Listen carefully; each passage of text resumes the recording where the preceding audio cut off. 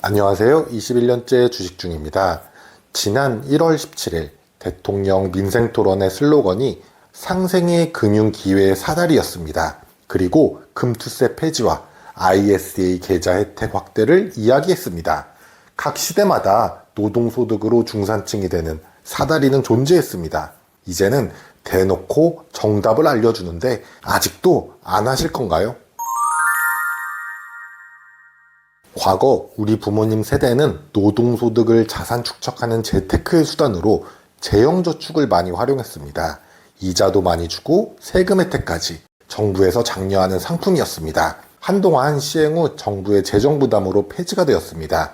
그만큼 혜택이 좋고 노동소득을 모아 자산 축적하는 좋은 상품이라고 할 수가 있겠죠. 인간은 누구나 따뜻한 면이 있습니다. 그런데 누가 누군지 모르는 익명성의 세계에서는 상당히 차갑고 개인주의 성향이 커지게 됩니다. 자본주의 사회에 돈은 어떻게 벌었든 적혀진 숫자만 남아 있습니다. 그래서 내 숫자가 남의 숫자보다 커지기 위해 수단과 방법에는 큰 신경을 안 쓰고 있습니다. 그래서 시간이 지나면 노동소득보다 자본소득의 성장률의 차이가 더 커지게 되는 것은 사실입니다. 이러한 현상이 팽배해지면 근로의욕은 줄어들게 되어 국가는 건전한 경제발전이 이루어지지 못하게 될 것입니다.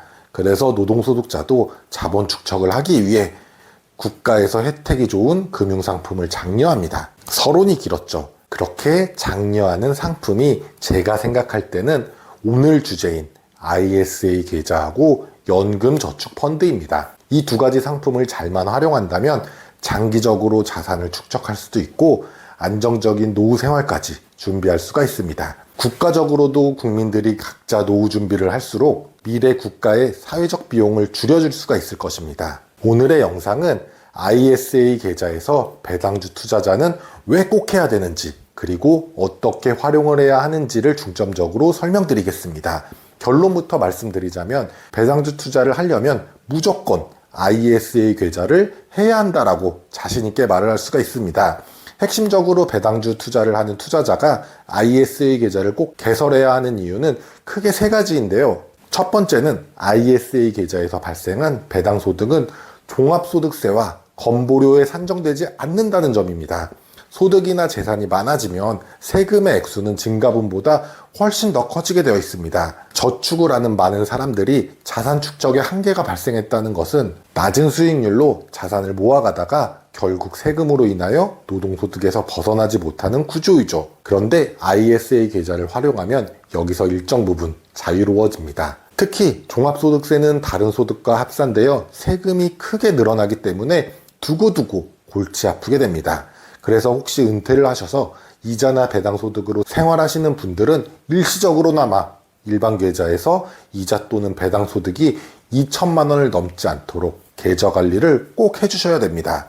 두 번째는 세금을 만기에 한 번에 정산해서 낸다는 장점이 있습니다. 배당주 투자를 할 때 이것이 엄청 큰 장점인데 이 점은 다들 크게 인식을 안 하고 있는 것 같습니다. 제가 쉽게 예를 들어 설명을 드려보도록 하겠는데요. 어떤 식물에 씨앗이 있다고 해보겠습니다. 이 씨앗에서 하루에 하나당 2개의 열매가 열립니다. 그리고 각자의 열매에서 하나의 씨가 생긴다고 해볼게요. 이때 두 농부가 각자 씨 100개씩을 심었습니다.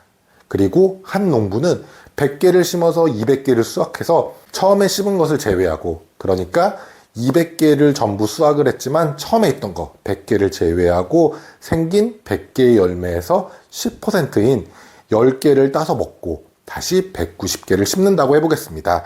나머지 한 농부는 배고픔을 참고 나중에 먹겠다는 생각으로 200개를 다 심었습니다. 그렇게 나중에 먹기로 한 농부는 배고픔을 3일차까지 참았다고 해볼게요. 내 열매 전체에 총 400개의 열매가 되겠죠. 3일차가 됐으니까. 그리고 원래 있었던, 처음에 있었던 100개를 제외하고 300개의 10%인 한 번에 30개를 먹어치웠는데도 남은 것은 370개의 씨를 가질 수가 있습니다. 반면에 처음에 10%를 먹은 농부는 어떻게 됐을까요? 네, 10%를 먹고 그 다음날도 10%를 먹어서 361개의 씨를 가지게 되는 것이죠. 이게 바로 세금 이연 효과라고 합니다.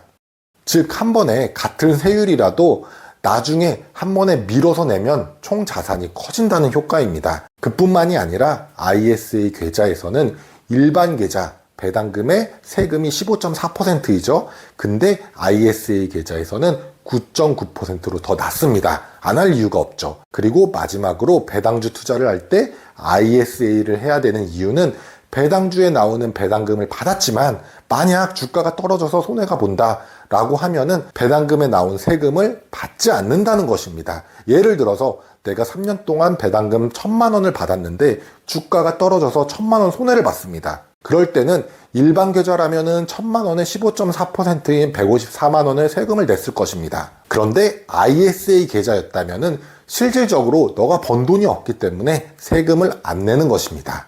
그리고 여기에 하나 더 비과세 구간도 있습니다. 배당금으로 200만 원을 벌 때까지 세금을 안 받고 그냥 다 수익으로 줍니다. 급여소득이 연 5천만 원 이하라면은 400만 원까지 세금을 안 받고 즉 비과세 구간이 있습니다. 저의 채널 영상을 자주 접하신 분들은 아시겠지만 배당주 투자는 상대적으로 장기적인 관점으로 투자하면 배당소득과 시세 차이까지 얻을 수 있다라고 제가 영상을 통해 안내해 드리고 있죠. 국가가 자산증식 수단으로 장려도 하고 있고 소액으로 투자도 할 수 있는데 이런 사다리를 안 올라타실 것입니까? 지난 1월 17일 발표한 ISA 계좌 확대는 아직 확정된 게 아니라 국회에 통과가 남아 있습니다. 하지만 개인적으로는 ISA 한도가 2억까지 늘어났으면 하는 개인적인 바람은 있습니다. 끝으로 이런 분들은 ISA 계좌 가입을 추천드리지 않습니다. 배당금이 안 나오는 주식을 매매용으로 이용하시는 것은 아무런 ISA 계좌에 메리트가 없습니다. 왜냐? 아직은 매매 차익이 국내에서는 세금이 발생하지 않기 때문에 일반 계좌와 차이가 없기 때문입니다.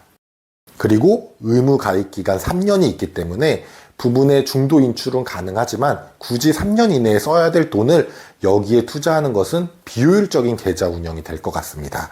끝으로 ISA 계좌의 자금은 제가 생각할 때 노후보다는 내 집 마련이나 창업 자금을 모으는 것처럼 내 자산의 시드를 늘려서 목적 자금으로 이용하는 계좌로 이용하는 것이 적합하다라고 생각합니다. 즉 중기 3년에서 5년 정도의 적금처럼 적립식으로 배당주로 자산을 모은 다음에 시드를 형성하기에는 최적의 계좌라고 생각합니다. 다만 저 같은 경우는 이 계좌로 저의 자산을 늘려가는 도구로 활용하고 있습니다. 각자 라이프 스타일이나 삶의 목표에 따라서 잘 활용하시면은 조금 더 나의 부를 증진시켜주는 도구로 이용할 수가 있을 것입니다. 다음 시간에는 연금저축펀드와 ISA 계좌로 자산 분리기를 고민하고 있는 저의 이야기로 노후 준비와 장기 투자 정보를 공유하겠습니다. 도움이 되셨다면 구독, 좋아요 부탁드립니다.